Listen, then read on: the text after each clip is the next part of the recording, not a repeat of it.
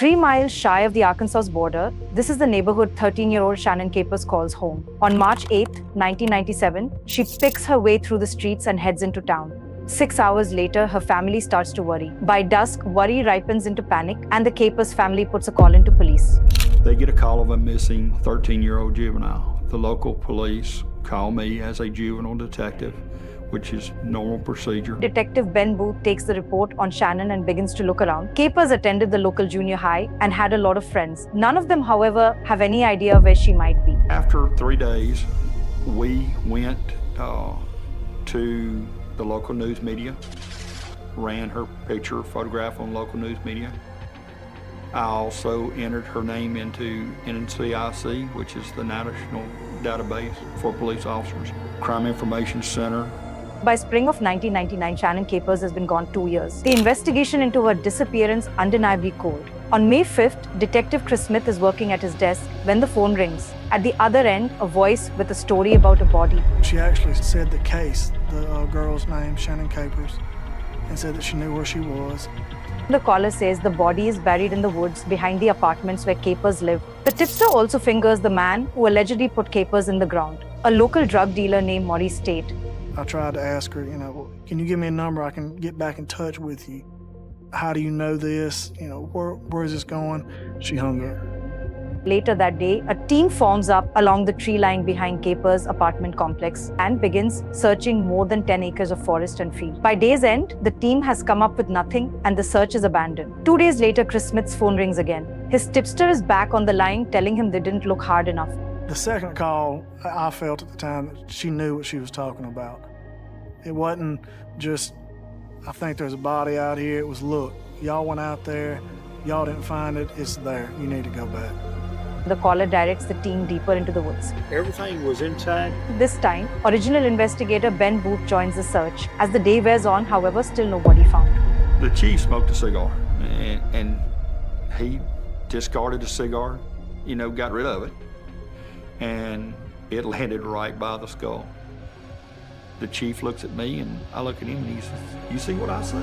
The human skull is partially concealed, lying in a bit of scrub less than a yard outside the team's search grid. We raked a little bit of leaves away, and we could tell that there was what appeared to be a bullet hole in the skull itself. The bones are transported back to the state forensics lab, where DNA confirms what detectives already suspect. The remains are those of Shannon Capers, and her disappearance has officially become a homicide. Although the trail is 2 years cold, detectives have a single hot lead in the form of an anonymous voice on the phone who knew where the body was and further claims to know the killer. We began putting our heads together trying to brainstorm who would know that this guy that she reported killed this girl. Who would know that? Detectives shuffle through Tate's romantic past looking for old girlfriends, especially those who might have a reason to talk. At the local hospital, they happen upon the medical records of a woman who claimed Tate gave her a black eye and an assortment of bruises. The patient's name, Shawnese McKnight. We subpoenaed the records from the hospital, got a good address on Shawnese McKnight in San Antonio, Texas. Cold case detectives book a plane for Texas and a meeting with the woman they suspect might be their anonymous voice.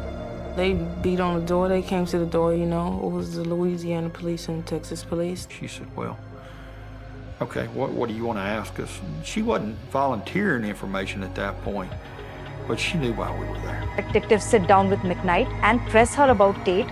It's not long before the 20-year-old begins to worry. Kind of knowing, okay, dang, I'm going to jail because I told where it was. Several minutes into the interview, she did confess that she had made the anonymous phone call, and she also told us that Maurice Tate is the one who had told her years earlier, when Shannon Capers first came up missing, that he had killed her. As cold case detectives suspected, McKnight is a woman scorned. She tells detectives she and Tate share a child and that Tate beat her, and often. Beatings that cost Tate his girlfriend's silence.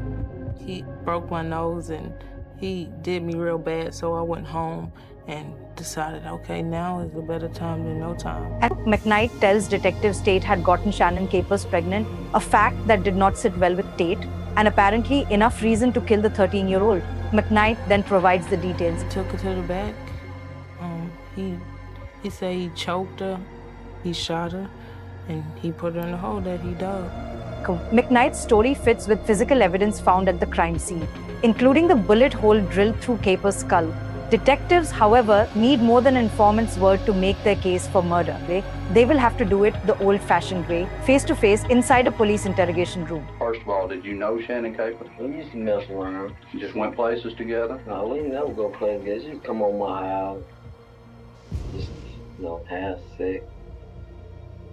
Maybe that about it. Tate admits he met Capers on the day she disappeared on a back road not far from the woods where Capers' body was found. He's not a rookie.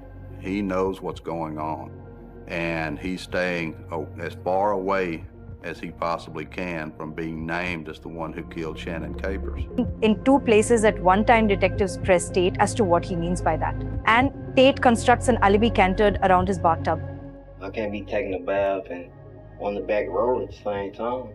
That's impossible. Okay, so at the time she was murdered, you were taking a bath?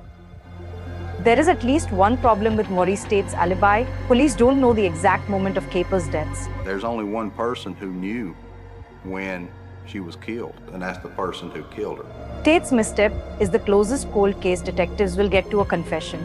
Coupled with Shawnee's McKnight's testimony, Maurice Tate is arrested and sits in the Claiborne Parish Detention Center awaiting trial on a single charge of murder. After 4 days of testimony, the case goes to a jury. Less than 30 minutes later, they return a verdict. Murder in the second degree. Maurice Tate receives a mandatory life sentence for killing a 13-year-old he was afraid might be bearing his child. This family went for 2 years wondering where their daughter was. And in 1999, they learned where their daughter was and what happened to their daughter. They went for 2 more years wondering who did this. The murderer was convicted, and they were finally able to bury their daughter.